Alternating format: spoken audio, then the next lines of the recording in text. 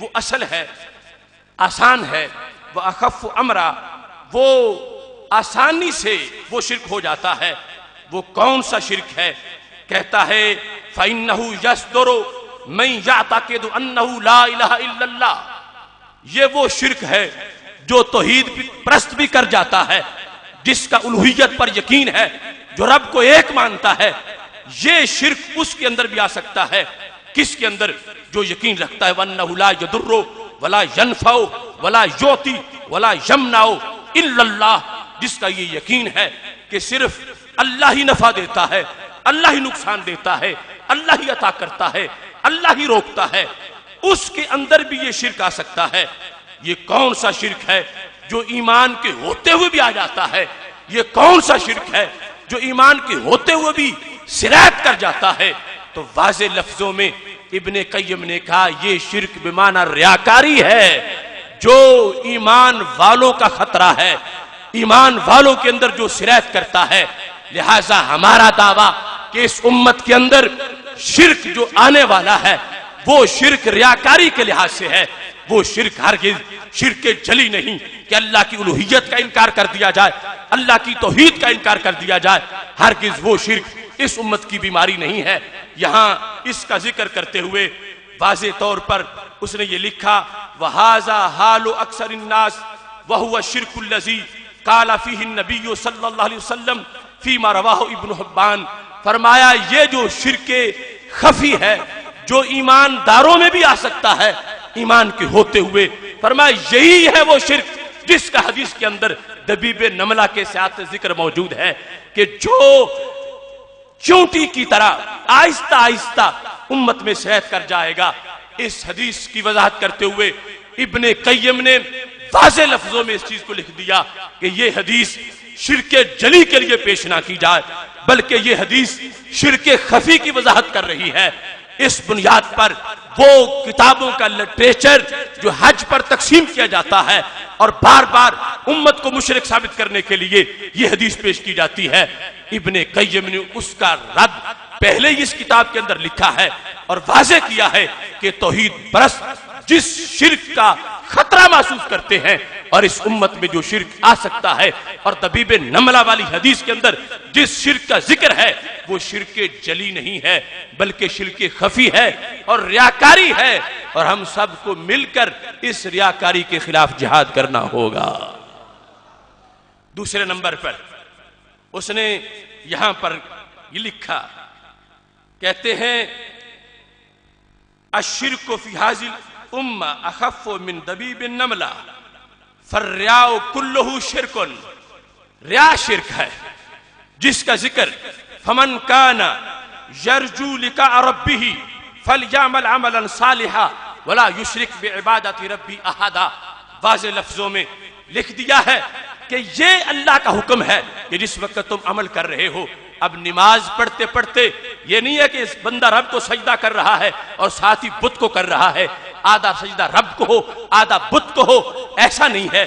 ابن قیم نے کہا عمل صالح کرتے ہوئے شرک کی آمیزش کیسے ہو جائے گی کہ اس وقت ایک بندہ رب ذوالجلال کو سجدہ کر رہا ہے، اسی کے ساتھ جب اس کو خیال آتا ہے کہ دوست بھی دیکھ لیں، محلے والے بھی دیکھ لیں، اس ریا کی آمیزش ہو جاتی ہے، تو اللہ تعالیٰ فرما رہا ہے کہ وَلَا يُشْرِكْ بِعِبَادَةِ رَبِّي أَحَدًا، جس وقت ایمان والے میری بندگی کر رہے ہوں تو اپنی رضا اور سوچ میری طرف رکھیں، کسی اور کی سوچ کو درمیان میں شامل نہ کریں۔ لہٰذا آیت بھی اسی مفہوم کو واضح کر رہی ہے اور حدیث بھی اسی مفہوم کو واضح کر رہی ہے کہ اس امت میں مومن ہوتے ہوئے جو اس امت کا فرد ہے وہ امتی ہوتے ہوئے مشرک نہیں ہو سکتا۔ جب امتی ہے مومن ہے اس وقت وہ محض مومن ہی ہے، اور اگر کوئی خدا نخواستہ نکل جاتا ہے تو پھر ایمان ختم، پھر محض شرک ہوگا۔ عمل صالح کرتے ہوئے جو پھر بھی شرک سے بچنے کا حکم دیا جا رہا ہے تو اس شرک سے مراد شرک جلی نہیں ہے بلکہ شرک خفی ہے۔ اس مقام پر یہ چیز ہمارے لیے قرآن مجید برہان رشید نے بالکل واضح کی ہے کہ برکت اور تبرک کے لحاظ سے جو شرک کو ثابت کرنے کی کوشش کر رہے تھے قرآن مجید برہان رشید نے اس کو بالکل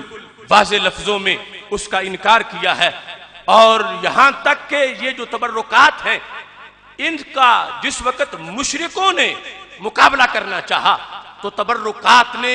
تو بتوں کو شکست دی، تبرکات نے بتوں پر اپنا لوہا منوایا، اور تبرکات کی وجہ سے توحید کا پرچار ہوا، تبرکات کی وجہ سے ہر طرف توحید کا چرچا ہوا۔ اس سلسلہ میں یہ ابن کثیر کی گواہی ابن تیمیہ کے دوسرے شاگرد کی طرف سے میں آپ کے سامنے پیش کر رہا ہوں۔ رب ذوالجلال نے یہ ذکر کیا ہے کہ جب حضرت شمویل علیہ السلام نے یہ کہا تھا حضرت طالوت علیہ السلام کی بادشاہی کی نشانی کو بیان کرتے ہوئے، قرآن مجید برہان رشید کہتا ہے وَقَالَ لَهُمْ نَبِيُّهُمْ إِنَّ آیَةَ مُلْكِهِ أَن يَأْتِيَكُمُ التَّابُوتُ، کہ حضرت شمویل علیہ السلام کہتے ہیں کہ حضرت طالوت علیہ السلام کی بادشاہی کی دلیل کیا ہے؟ وہ کہتے ہیں دلیل یہ ہے کہ تمہارے پاس ایک تابوت آئے گا۔ وہ تابوت کیا ہے؟ فیہ سکینہ، اس کے اندر سکینہ ہے، وَبَقِيَّةُ مِمَّا تَرَكَ آلُ موسیٰ وآلُ ہارون، اس کے اندر تبرکات ہیں۔ کیا چیز ہے؟ ابن کثیر نے لکھا ہے اس کے اندر کیا ہے؟ عصا موسیٰ، حضرت موسیٰ علیہ السلام کا عصا، وعصا ہارون، حضرت ہارون علیہ السلام کا عصا، وثیاب موسیٰ، حضرت موسیٰ علیہ السلام کے تبرکات، وثیاب ہارون، حضرت ہارون علیہ السلام کے کپڑے، ورداد الالواح، اور وہ تختی جو تھی اس کی مختلف ٹکڑے اس کے اندر موجود تھے۔ اب یہ جو تبرکات تھے صندوق کے اندر، بنی اسرائیل جس وقت لڑتے تھے تو ان کو سامنے رکھتے تھے، نتیجہ کیا ملتا تھا؟ باہر آ جاتی تھی، فتح ہو جاتی تھی۔ جب ان میں بدعملی آ گئی، عمالقہ نے ان پہ قبضہ کر لیا، یہ تبرکات بنی اسرائیل سے چھن گئے۔ جس وقت چھین کے وہ لے گئے تو مشرکوں نے تبرکات کی جب توہین کرنا چاہی، یہ ابن کثیر کی جلد نمبر 1 ہے اور صفحہ نمبر 309 ہے، یہاں پر یہ ذکر ہے کان المشرکون لما اخذوہ،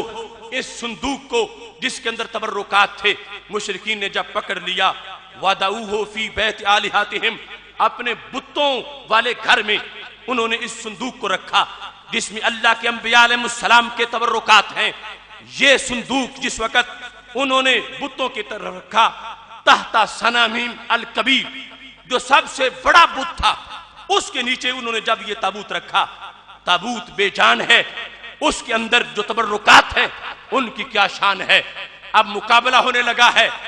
مشرکوں کا اور رب کے بندوں کے تبرکات کا، ایک طرف مشرکوں کے بت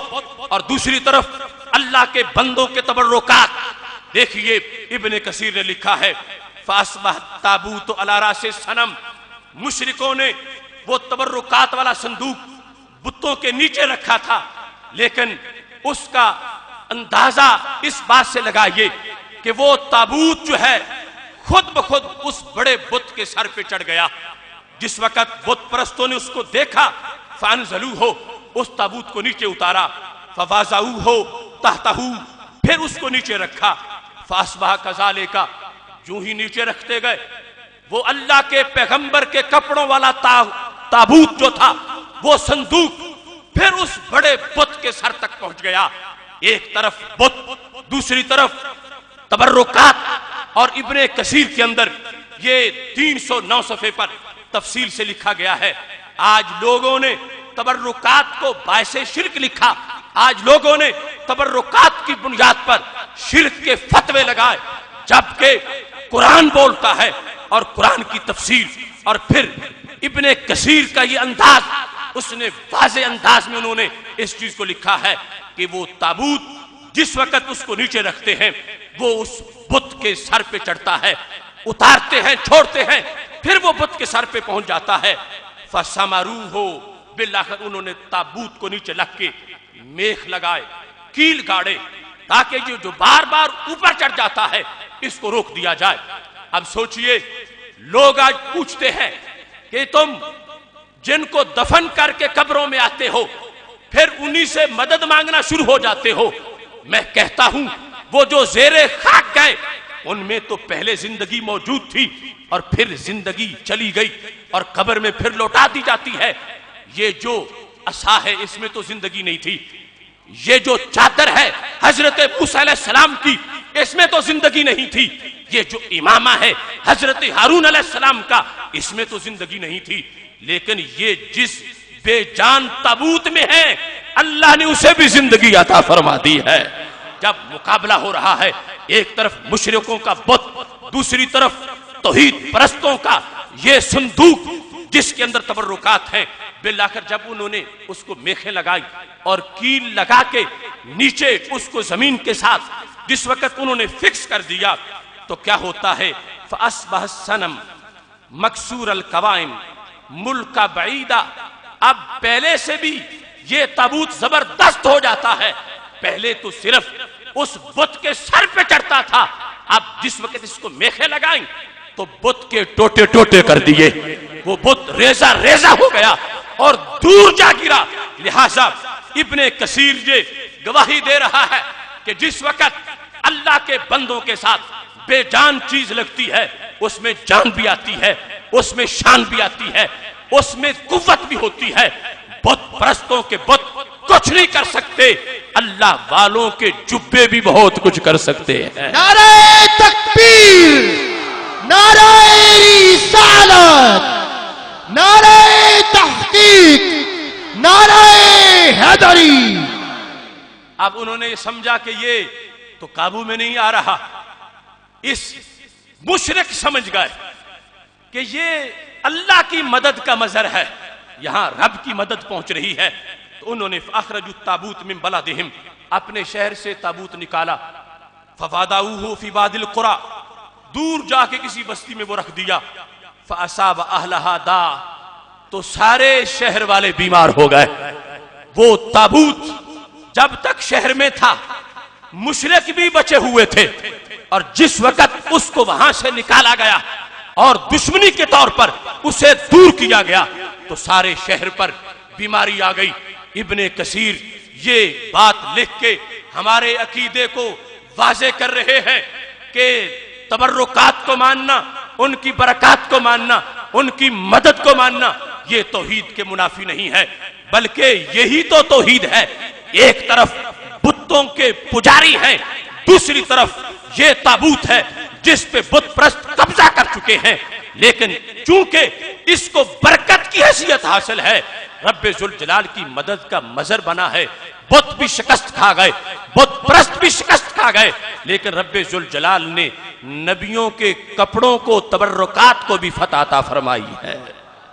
معبود ماں مسجود ماں، اے خدا اے خود، معبود ماں مسجود ماں، حاجت روا باذن خدا مصطفیٰ، حاجت روا باذن خدا۔ برکت اور تبرک کے لحاظ سے ابتدائی بات کرتے ہوئے آگے بات بڑھانا چاہتا ہوں۔ جو آج ہمارے اندر اسلاف سے چل کے چیزیں آئی ہیں جس پہ فتویٰ داغتے ہوئے لوگ سوچتے ہی نہیں ہیں، رب کعبہ کی قسم دنیا نے اپنے آپ کو بدلا گھڑی گھڑی، ایک ہم اہل عشق ہیں جہاں تھے وہیں رہے، بدعتی وہ بن گئے، حق کو وہ چھوڑ گئے، رستہ وہ بدل گئے۔ اہل سنت و جماعت آج بھی اسی رستے پہ موجود ہیں جو رستہ میرے نبی علیہ السلام نے اپنے صحابہ کو عطا فرمایا تھا۔ یہ دیکھو سنن نسائی، اس کی جلد نمبر 1 ہے، یہاں پر صفحہ نمبر 476، طبقات کبریٰ ابن سعد جلد نمبر 4، اور اس میں صفحہ نمبر 281 ہے۔ یہ دونوں حدیث کی کتابیں میرے ہاتھ میں ہیں، سند کی پوری ذمہ داری میں اپنے ذمہ لے رہا ہوں، اور اس کے ساتھ آج جو اہل سنت کا مذہب ہے، سرکار دو عالم نور مجسم شفیع معظم صلی اللہ علیہ وسلم سے جو ہمیں وراثت میں ملا ہے، اس رات کے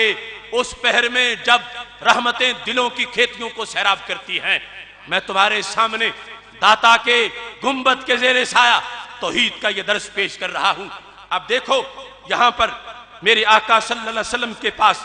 حضرت طلق بن علی رضی اللہ تعالی عنہ پہنچے ہیں، کہتے ہیں خرجنا وفدن الی النبی صلی اللہ علیہ وسلم، ہم رسول اکرم صلی اللہ علیہ وسلم کے پاس ڈیلیگیشن کی شکل میں پہنچے، فبایعناہ ہم نے بیعت کی، وصلینا معہو، اور ہم نے نبی علیہ الصلوۃ والسلام کے ہمراہ نماز پڑھی، واخبرناہ ان بارضنا بیا، ہم نے کہا محبوب ہم پہلے جس مذہب پر تھے ہمارا ایک گرجا تھا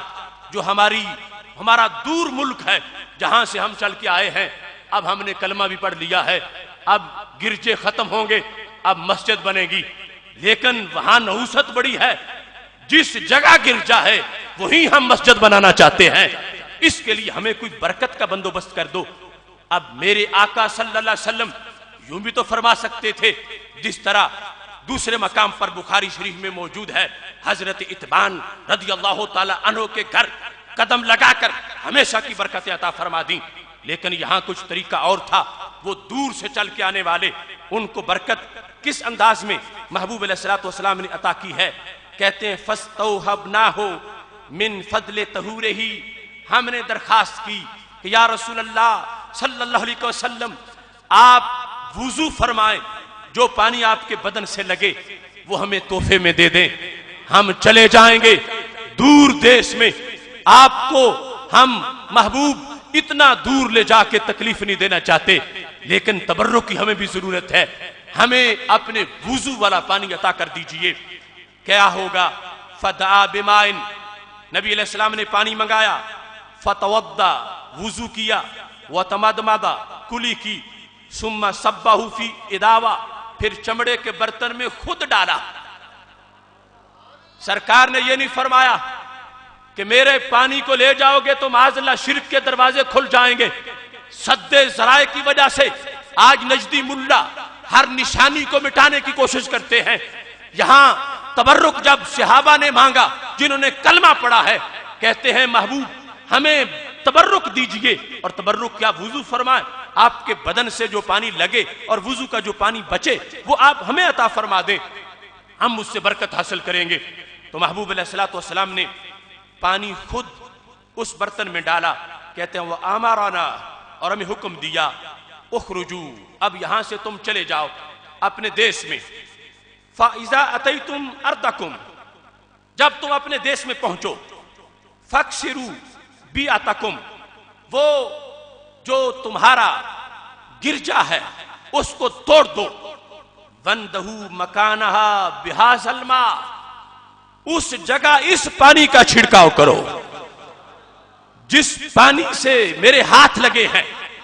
یہ پانی اس جگہ پہ جہاں کے چھڑکو، وَاتَّخِذُوهَا مَسْجِدًا، اور وہاں پانی چھڑک کی اس جگہ کو مسجد بنا لو۔ اگر آج کی نجدی فکر یہ صحیح ہوتی تو پھر تو سرکار دو عالم نور مجسم شفیع معظم صلی اللہ علیہ وسلم اس جگہ مسجد بنانے میں اپنے برکت والا جو پانی ہے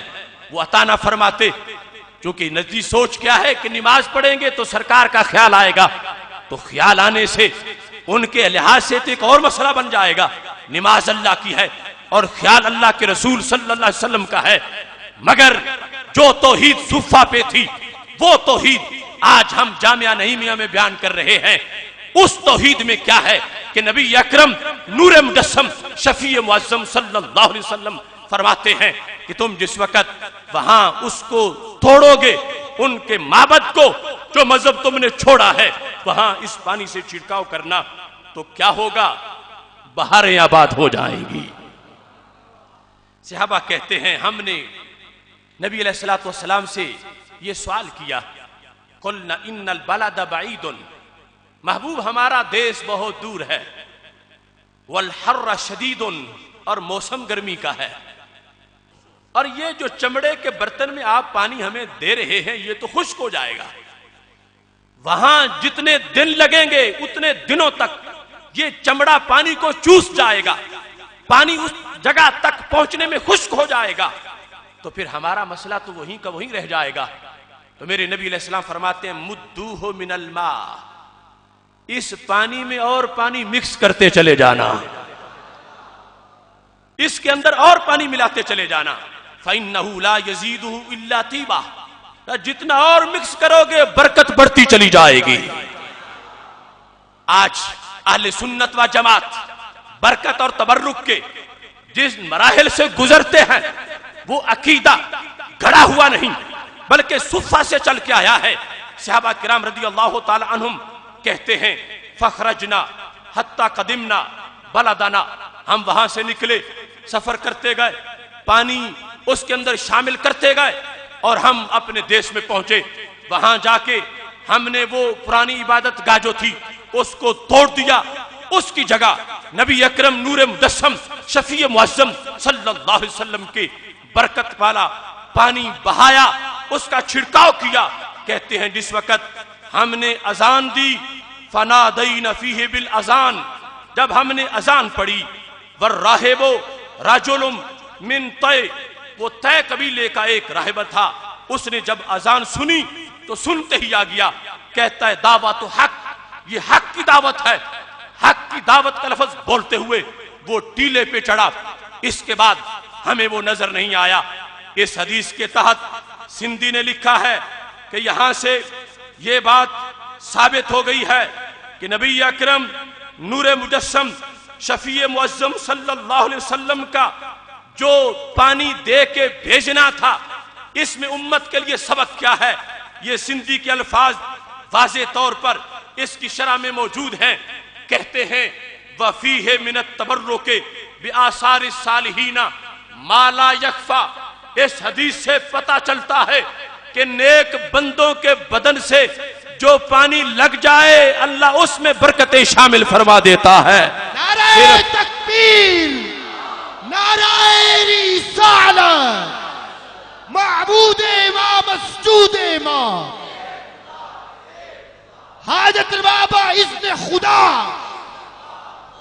صرف انبیاء علیہ السلام کی نہیں،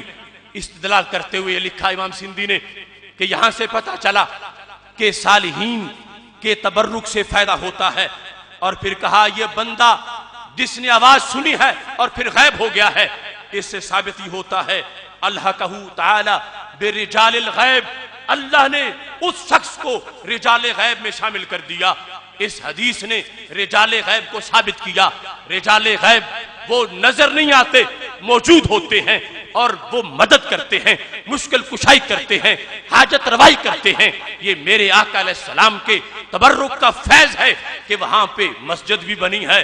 اذان ہوتے ہی پہلا شخص جو اس دعوت پہ لبیک کہتا ہے، سرکار کی برکت سے وہ رجال غیب میں شامل ہو جاتا ہے۔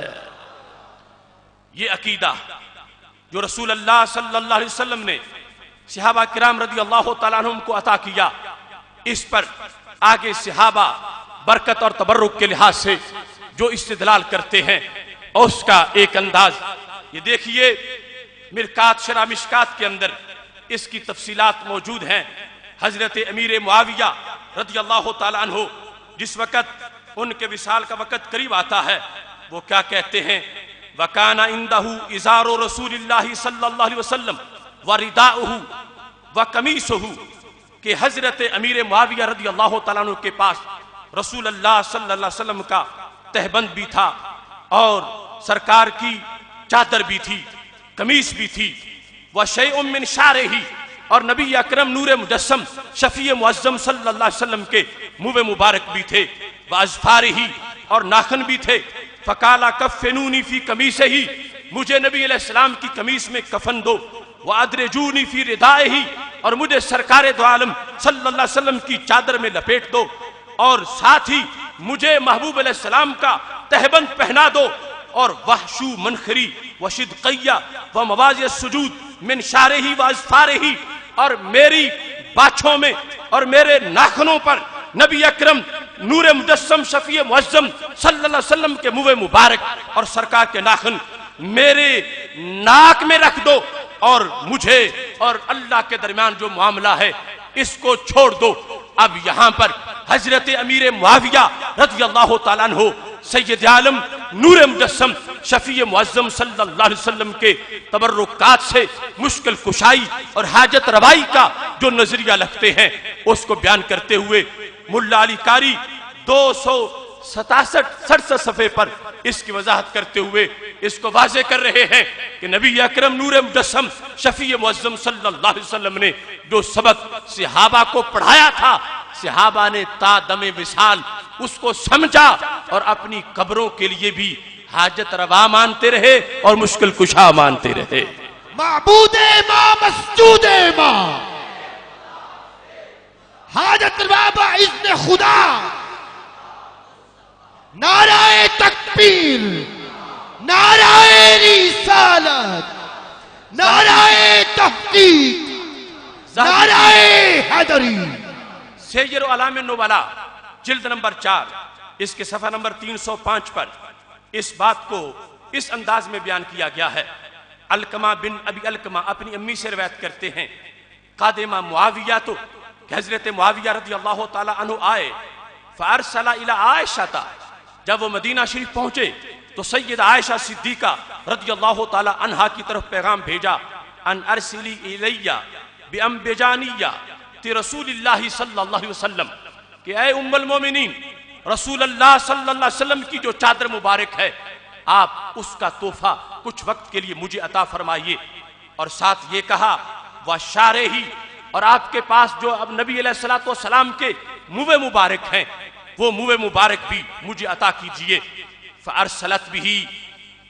مائی احملہ. یہ حضرت علقمہ کی امی کہتی ہیں کہ سید عائشہ صدیقہ رضی اللہ تعالی عنہا نے وہ چادر اور منہ مبارک مجھے دیے. میں لے کر حضرت امیر معاویہ رضی اللہ تعالی عنہ کے پاس پہنچی. حتی دخلت علیہ جب میں ان کے پاس گئی فاخذ الانبجانیہ فلبسہا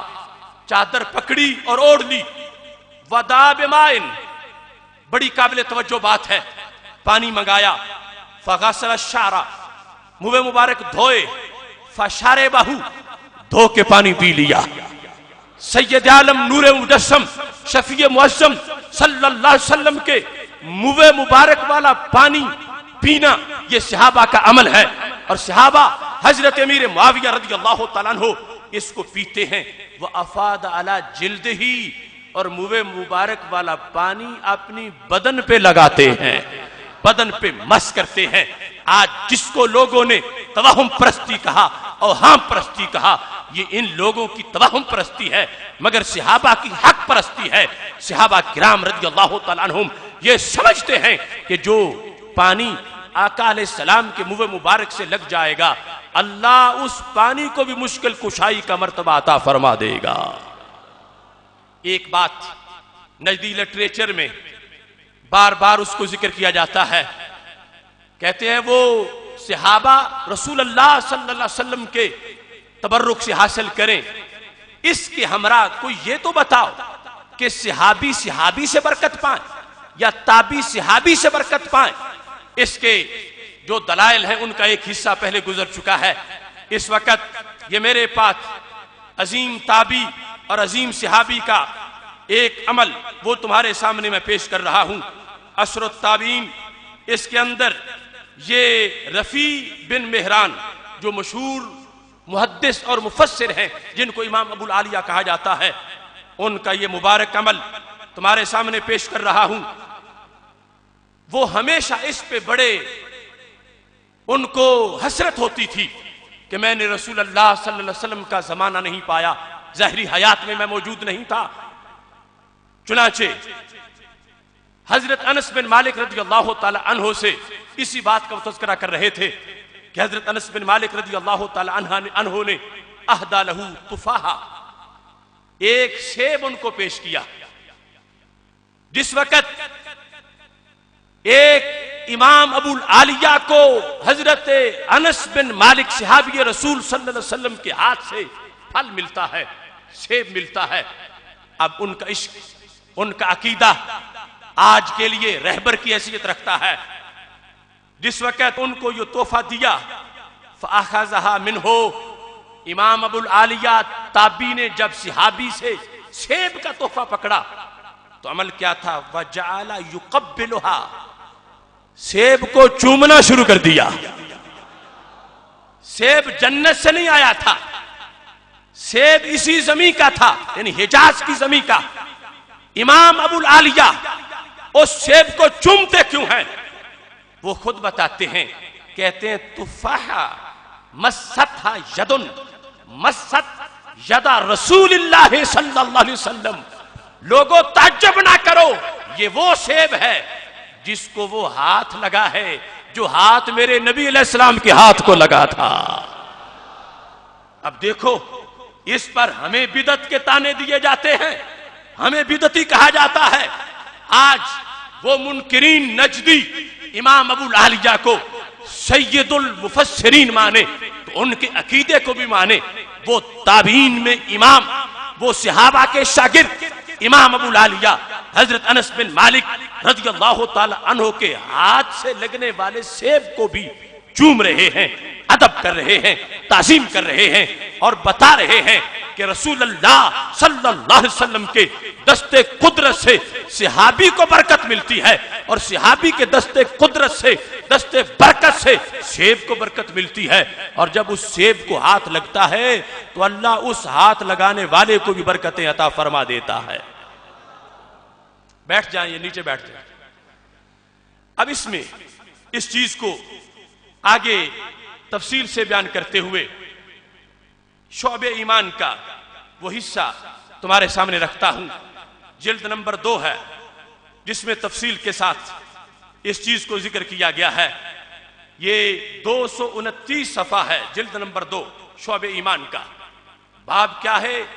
تعظیم النبی علیہ السلام، کہ رسول اللہ صلی اللہ علیہ وسلم کی تعظیم کے انداز کتنے ہیں، اس کو بیان کرتے ہوئے یہاں پر یہ لکھا ہے۔ اور یہ بات بھی جمیلہ جو حضرت انس بن مالک رضی اللہ تعالی عنہ کی خادمہ ہیں وہ بیان کرتی ہیں، کہتی ہیں قال الانصاری وقد رأيت جمیلہ قالت کان ثابت اذا جاء قال انس یا جمیلہ تو ناولنی طیب۔ کہتے ہیں کہ حضرت ثابت رضی اللہ تعالیٰ عنہ جب حضرت انس بن مالک رضی اللہ تعالیٰ عنہ کو ملنے کے لیے آتے تھے تو حضرت انس بن مالک رضی اللہ تعالیٰ عنہ اپنی خادمہ کو کہتے تھے خوشبو لے آؤ، وہ خوشبو لے آتی تھی، تو پھر حضرت انس بن مالک رضی اللہ تعالیٰ عنہ ہاتھ میں خوشبو لگاتے تھے اور کہتے تھے میں اس لیے خوشبو لگا رہا ہوں کہ مجھے ثابت ملنے آ رہے ہیں، لا یرضی بشیء حتی یقبل یدی، وہ اس وقت تک جو بھی میں کھلاؤں گا راضی نہیں ہوں گے، جو بھی میں پلاؤں گا راضی نہیں ہوں گے جب تک وہ میرے ہاتھ کو نہ چوم لے۔ وہ میرے ہاتھ کو چومیں گے، کیوں چومیں گے؟ وَيَقُولُ قَدْ مَسِسْتَ يَدَ رَسُولِ اللَّهِ صلی اللہ علیہ وسلم، وہ کہیں گے انس چونکہ تمہارا ہاتھ رسول اللہ صلی اللہ علیہ وسلم کے ہاتھ سے لگا ہے، اس واسطے میں تمہارے ہاتھ کو چوم رہا ہوں، اس بنیاد پر میں اپنے ہاتھ کو مزید خوشبودار کرنا چاہتا ہوں کہ ایک شخص جو عقیدت کے ساتھ آتا ہے اور عقیدت سے میرے ہاتھ سے برکت حاصل کرنا چاہتا ہے، میں اس کو نوازنا چاہتا ہوں۔ اب دیکھو سید عالم نور مجسم شفیع معظم صلی اللہ علیہ وسلم نے برکت اور تبرک کا جو عقیدہ اصحاب کو عطا فرمایا وہی تابعین تک پہنچا، اور چلتے چلتے آج وہی عقیدہ اہل سنت و جماعت کے سینوں میں موجود ہے۔ اس بات کی وضاحت کے لیے میں تو یہ کہتا ہوں کہ آج جو عقیدہ توحید یہ ہمارے پاس ہے، یہ سارے انبیاء کرام علیہ السلام کی دعوت توحید کا حصہ ہے۔ اگر توحید موسوی کو دیکھنا ہے، توحید عیسوی کو دیکھنا ہے، ان کے انداز کو دیکھنا ہے، تو یہ منظر آج بھی تمہیں اس مقام سے حاصل ہوگا، اور پہلی شریعتوں کے وہ تمام مضامین ہمارے سامنے اس وقت موجود ہیں، بلکہ صحیح بخاری شریف سے میں تمہارے سامنے تفصیل کے ساتھ نہیں، اب چونکہ وقت تھوڑا ہے اجمال کے ساتھ حوالے پیش کرتا جاؤں گا، اور اللہ کا فضل ہے رات بھی گزرتی رہے گی اور رحمتوں کی سوغات بھی بنتی رہے گی۔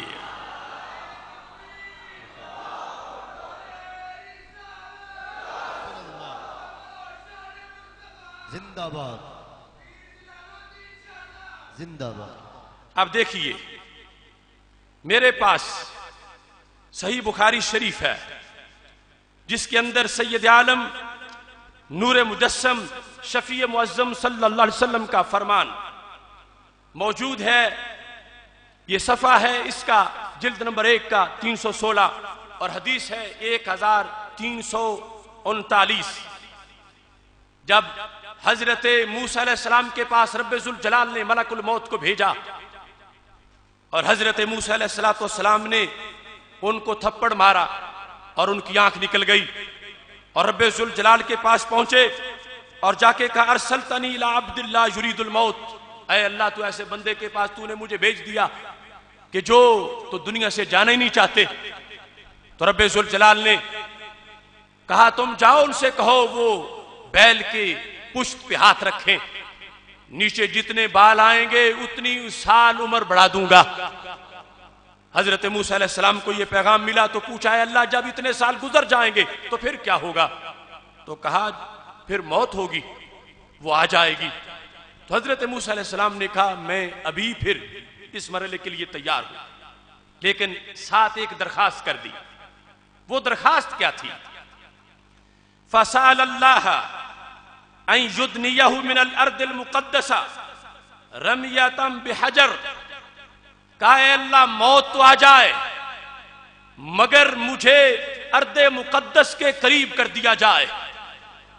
تاکہ ارض مقدس کے قریب موت آئے۔ ارض مقدس کے قریب موت کا سوال کیا۔ امام بخاری رحمت اللہ علیہ جس وقت اس حدیث کو لکھتے ہیں تو کہتے ہیں باب من احب دفن فی الارض المقدسۃ اور نحوہا، جس نے ارض مقدسہ میں دفن کو پسند کیا یا ارض مقدسہ کی مثل، اس کا حکم کیا ہے؟ اس کے لحاظ سے اللہ کے پیغمبر حضرت موسیٰ علیہ السلام جس وقت ان کے وصال کا وقت قریب آتا ہے، حالانکہ وہ جہاں جلوہ گر ہوں گے وہیں برکت آ جائے گی، لیکن وہ جگہ جہاں رب کے نبیوں کے مزارات ہیں اس جگہ کی طرف جانا وقت وصال بھی وہ اس کی دعوت دے رہے ہیں۔ اگر یہ توہم پرستی ہوتی، اگر یہ ناجائز ہوتا،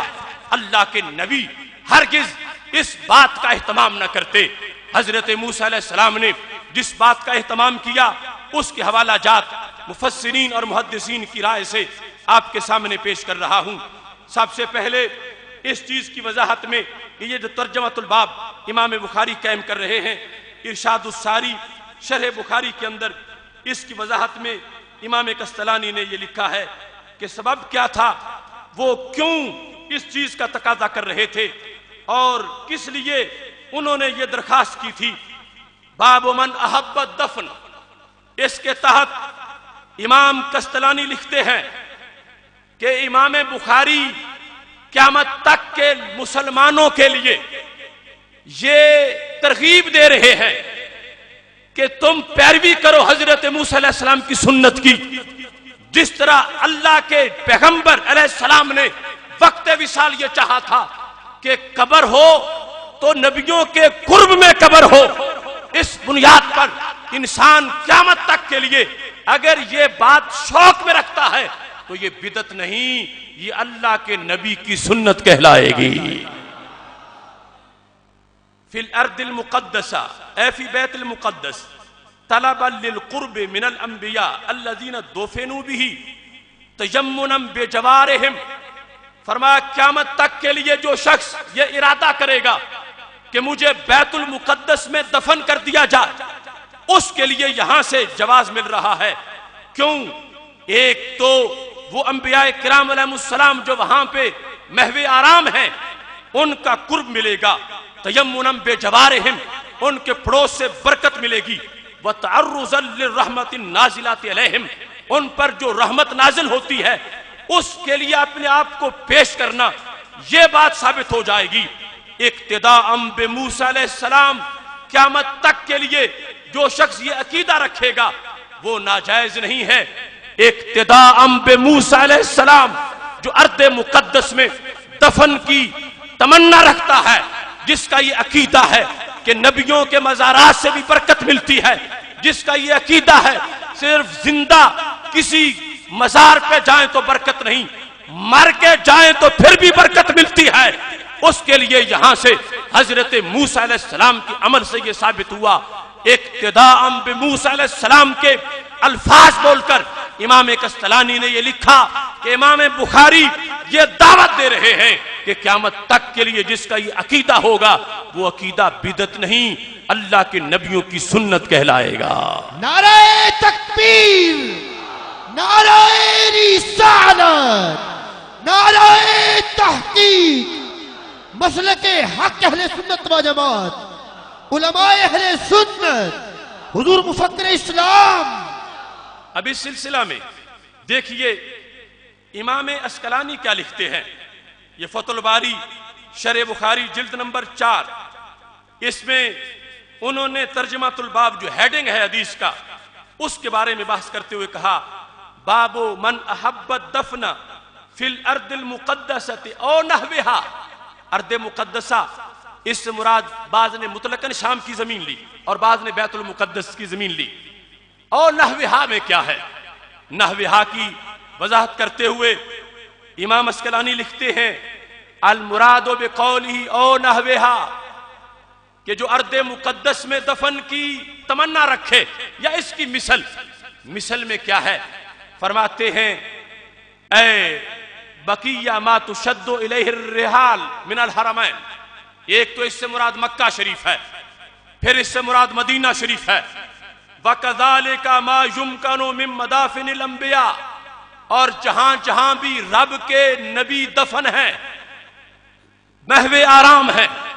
وہاں قبر قرب میں تلاش کرنا اور وصیت کرنا کہ مجھے وہاں دفن کر دیا جائے، امام بخاری اس کا ذکر کر رہے ہیں۔ اور صرف اس کا نہیں، کہتے ہیں وَقُبُورِ الشُّہَدَاء، جہاں شہیدوں کی قبر ہو اس کے پڑوس میں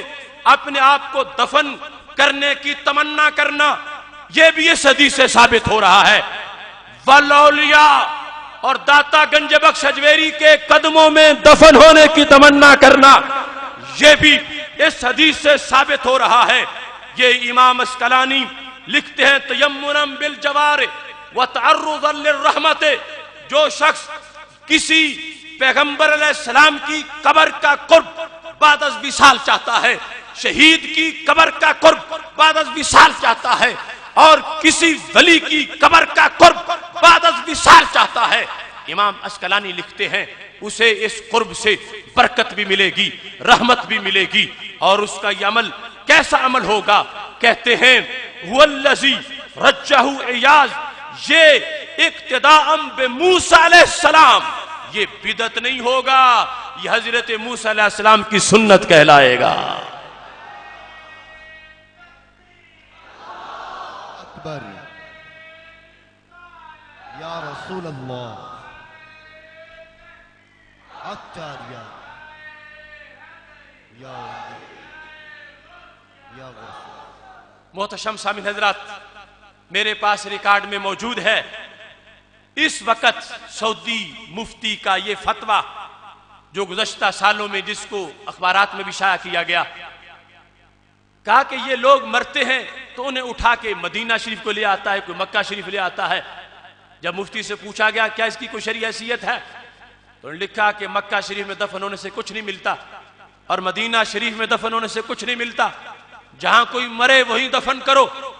یہ باقاعدہ طور پر وہاں جو اردو نیوز ہے اس میں بھی اور عربی اخبارات میں بھی اس کو شائع کیا گیا۔ وہ حرمین کی برکت ماننے کو بھی منکر ہو گئے، حرمین کی برکت، بیت المقدس کے ہمراہ حرمین کی برکت جس کا ذکر امام بخاری نے کیا، اس کی بھی منکر ہو گئے۔ جبکہ یہ ماضی کا سارا دین، یہ سارے محققین، یہ حدیث کے شارحین اس بات کو واضح کر رہے ہیں کہ یہ برکت صرف حرمین کے ساتھ خاص نہیں ہے، ہاں اس برکت کا مقام بلند ہے، بہت اونچا ہے، لیکن رب کا ولی جہاں لیٹا ہو اور شہید جہاں لیٹا ہو اس مٹی کو بھی رب ذوالجلال برکتوں کا گہوارہ بنا دیتا ہے۔ اور اس معنی کو بالکل واضح طور پر قاضی ایاز نے راجح قرار دیا کہ حضرت موسیٰ علیہ السلام جو وقت وصال یہ کہہ رہے تھے، حالانکہ خود نبی ہیں اور برکتیں بڑی ہیں، لیکن وہ چاہتے ہیں کہ میں قریب چلا جاؤں اس جگہ کے رمیہ بحجر کہ جہاں میری قبر ہو، آگے بیت المقدس تک اتنا ہی فاصلہ ہو، جتنا پتھر پھینکے تو دور جا گرتا ہے، اتنے قرب میں جانے کی تمنا کر رہے ہیں۔ آج جو سوچ لوگوں نے، زہریلی سوچ امت میں اجاگر کرنا چاہیے اور برکت اور تبرک کے اس عقیدے کی بنیاد پر شرک کا فتویٰ لگایا، میں اس سوچ کو للکارتے ہوئے یہ کہہ رہا ہوں، یہ تو موسوی انداز ہے، موسوی سوچ ہے جو اہل سنت کی سوچ ہے کہ وہ قرب چاہتے ہیں اور اللہ کا قرب انہیں کتنا میسر ہے، لیکن اس کے باوجود بعد از وصال بھی یہ چاہتے ہیں کہ میری قبر شریف وہاں بنے جہاں رب کے نبیوں کی قبریں پہلے ہی موجود ہیں۔ اس سلسلہ میں امام عینی نے عمدۃ القاری کے اندر جو وضاحت کی اس میں تفصیل کے ساتھ انہوں نے یہ لکھا، یہ عمدۃ القاری جلد نمبر 6 صفحہ نمبر 205 کہتے ہیں وَإِنَّمَا سَأَلَ ذَلِكَ، حضرت موسیٰ علیہ السلام نے یہ سوال کیوں کیا، ایک اپنی تمنا رب کے سامنے کیوں رکھی، کہتے ہیں اِنَّمَا سَأَلَ ذَلِكَ لِفَضْلِ مَنْ دُفِنَ فِي الْأَرْضِ الْمُقَدَّسَةِ، کہ ارض مقدسہ میں دفن ہونے سے جو فضیلت ملتی ہے اس فضیلت کے حصول کے لیے انہوں نے یہ کہا۔ ارض مقدسہ کون سی ہوتی ہے، کہتے ہیں من الانبیاء والصالحین، جہاں نبی دفن ہو وہ بھی مقدس زمین ہوتی ہے، جہاں ولی دفن ہو وہ بھی مقدس زمین ہوتی ہے۔ نعرہ تکبیر، نعرہ رسالت، نعرہ تحقیق، نعرہ حیدری، مسلک حق اہل سنت و جماعت، علماء اہل سنت، مشائخ اہل سنت، کہتے ہیں فَاسْتُحِبَّ مُجَاوَرَتُمْ فِي الْمَمَاتِ كَمَا فِي الْحَيَاتِ، جیسے زندگی میں ولیوں کے قرب سے فیض ملتا ہے، کہتے ہیں بعد از وفات بھی فیض ملتا ہے۔ بعد الممات کے الفاظ میں واضح طور پر امام عینی نے اس چیز کی وضاحت کی، اور ساتھ ہی انہوں نے اس مقام پر یہ لکھا کہ یہ جو برکت کے لیے وادی مقدس کی طرف جانے کا تقاضا کیا جا رہا تھا، ایک ہے میرے آقا علیہ السلام فرماتے ہیں اگر میں وہاں ہوتا تو صحابہ میں تمہیں طریق کے ساتھ قبر بتا دیتا کہ یہ حضرت موسیٰ علیہ السلام کی قبر ہے، اور دوسری میں طور کے ساتھ۔ تو امام عینی نے کہا کہ یہ جو طور جس کی برکت کے حصول کے لیے وہ کہہ رہے تھے، اس کا تعارف کیا ہے، کہتے ہیں ماتا بطور زیتا 70,000 نبی قاتلہم الجوع، کہ وہاں طور پر 70,000 نبیوں کے مزارات ہیں۔ 70,000 نبیوں کی جو برکت تھی، اس برکت میں اپنے آپ کو شامل کرنے کے لیے اللہ کے ایک نبی درخواست کر رہے تھے، اور قیامت تک کے لیے امت کو یہ عقیدہ دیا جا رہا تھا کہ خالق کائنات جل جلالہ کے فضل و کرم سے جس مقام پر اللہ کے نیک بندے جلوہ گر ہوتے ہیں، اللہ ان کے قرب سے اوروں کو بھی نیکی اور برکت عطا فرما دیتا ہے۔ یہ حدیث شریف پیش کرنے کے ہمراہ اب نجدیوں کے مجتہد نے اس مقام پر جو لکھا